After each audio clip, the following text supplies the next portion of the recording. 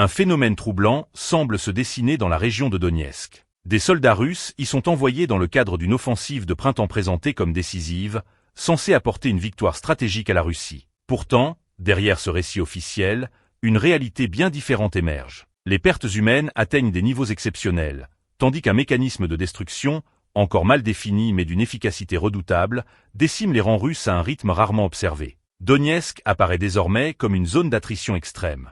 L'écart entre le discours officiel et la situation sur le terrain est frappant. Alors que Moscou affirme que l'Ukraine serait proche de l'effondrement, les données disponibles suggèrent au contraire une offensive russe coûteuse et peu efficace. Donetsk, objectif prioritaire de cette campagne, reste en grande partie hors de contrôle, malgré des mois d'efforts et de lourds sacrifices humains. Les chiffres avancés par des responsables ukrainiens illustrent l'ampleur de cette dynamique. Le coût humain atteindrait environ 316 soldats russes pour chaque kilomètre carré conquis dans la région. Ce ratio, déjà élevé en soi, devient encore plus significatif lorsqu'on le compare aux données antérieures. Un an plus tôt, ce taux avoisinait 160 pertes par kilomètre carré à Donetsk et environ 120 sur l'ensemble du front. L'évolution suggère une aggravation notable de l'efficacité défensive ukrainienne ou des difficultés offensives russes, ou, plus probablement, une combinaison des deux. Au-delà des chiffres bruts, c'est la nature même de ces pertes qui interpelle. L'augmentation de la proportion de tués au combat, par rapport aux blessés, indique une intensification de la létalité des affrontements. Dans ce contexte, les gains territoriaux apparaissent limités et souvent dépourvus de valeurs stratégiques tangibles. Autrement dit, des avancées existent, mais elles ne semblent pas modifier significativement l'équilibre opérationnel. Les estimations pour le premier trimestre 2026 évoquent plus de 90 000 pertes russes, dont une part importante concentrée dans la seule région de Donetsk. Le mois de mars, en particulier, se distingue par une progression territoriale extrêmement faible, quelques dizaines de kilomètres carrés seulement, malgré la poursuite des opérations offensives.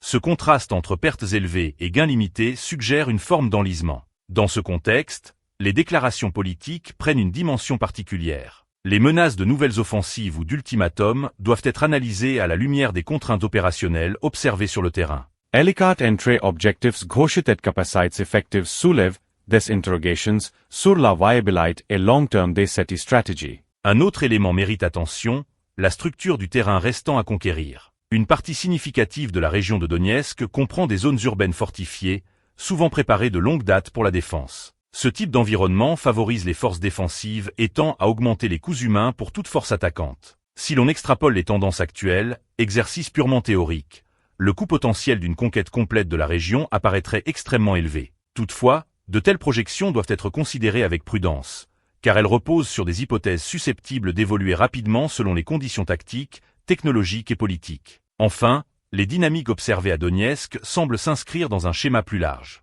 Les négociations, les déclarations publiques et les opérations militaires ne fonctionnent pas de manière isolée, mais comme des instruments complémentaires. Dans ce cadre, l'usage d'ultimatums ou de positions affichées peut relever autant de la communication stratégique que de la réalité militaire. En définitive, la situation à Donetsk met en lumière une caractéristique centrale des conflits contemporains, la dissociation croissante entre narration politique et réalité opérationnelle. Derrière les annonces de percées ou de victoires imminentes, le terrain révèle souvent une guerre d'usure, où chaque avancée se paie à un coût humain et matériel considérable, sans garantie de résultats décisifs à court terme. Il semble que le Kremlin continue de croire que la répétition de ses anciens discours suffira à renforcer leur crédibilité. Pourtant, la situation actuelle dans la région de Louhansk est loin d'être favorable. La Russie contrôle certes environ 99,84% du territoire, mais l'Ukraine affirme que certaines localités, telles que Novoye-Orivka et Nadia, demeurent intactes. Cela signifie que Moscou n'est même pas en mesure de revendiquer pleinement des zones qu'elle aurait dû consolider depuis plusieurs années. Un signe révélateur de fragilité stratégique. Les déclarations excessivement optimistes visent à entretenir une image de domination, mais celle-ci se heurte rapidement à la réalité lorsque l'on examine le rapport entre les pertes massives et les gains territoriaux limités dans le Donbass. Ces déséquilibres constituent déjà un problème majeur pour le Kremlin. Toutefois, un facteur plus profond aggrave encore la situation, en particulier dans la région de Donetsk, au point d'en modifier les dynamiques fondamentales. L'analyste militaire Andrew Perpetua a mis en lumière cet enjeu dans une publication sur X le 8 avril. Selon ses observations, la Russie ne fait pas seulement face à un niveau élevé de pertes combinées à des avancées territoriales marginales.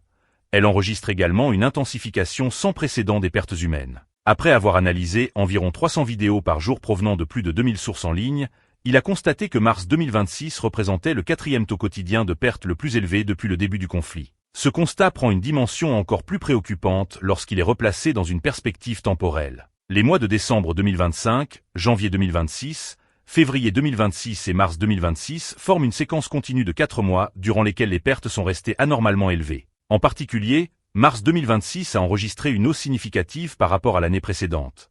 Environ 4113 soldats russes tués en mars 2025 contre 5771 en mars 2026, soit une augmentation d'environ 40%. Cette évolution rompt avec la tendance saisonnière habituelle, où les pertes diminuent généralement à l'approche du printemps. Alors que les rigueurs hivernales avaient déjà lourdement affecté les forces russes, la période printanière ne s'est pas traduite par un répit. Au contraire, les forces ukrainiennes ont intensifié leur efficacité létale, accentuant encore les pertes adverses. Cette situation met en évidence une pression croissante sur les capacités humaines russes. Par ailleurs, des difficultés structurelles aggravent ce déséquilibre. La perte de certains moyens de communication stratégiques et les dysfonctionnements internes au sein de l'armée, notamment des pratiques de corruption au sein de la chaîne de commandement et des conditions de service dégradées, contribuent à affaiblir la cohésion et l'efficacité opérationnelle. Selon TVP World, mars 2026 constitue également le 4e mois consécutif durant lequel les pertes russes ont dépassé le nombre de nouvelles recrues. Entre janvier et mars 2026,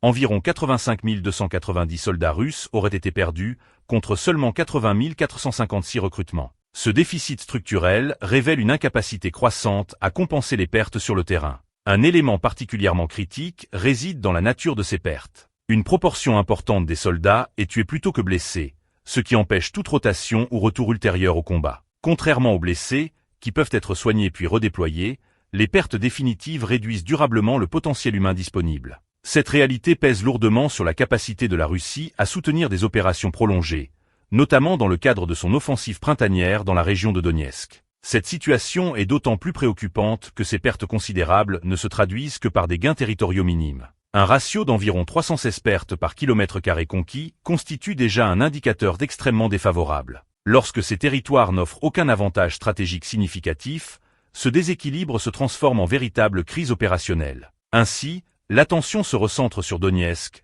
objectif central des ambitions de Vladimir Poutine dans cette phase du conflit. Ce même objectif est devenu l'une des principales causes des pertes actuelles. Au cœur de cette dynamique se trouve un facteur déterminant.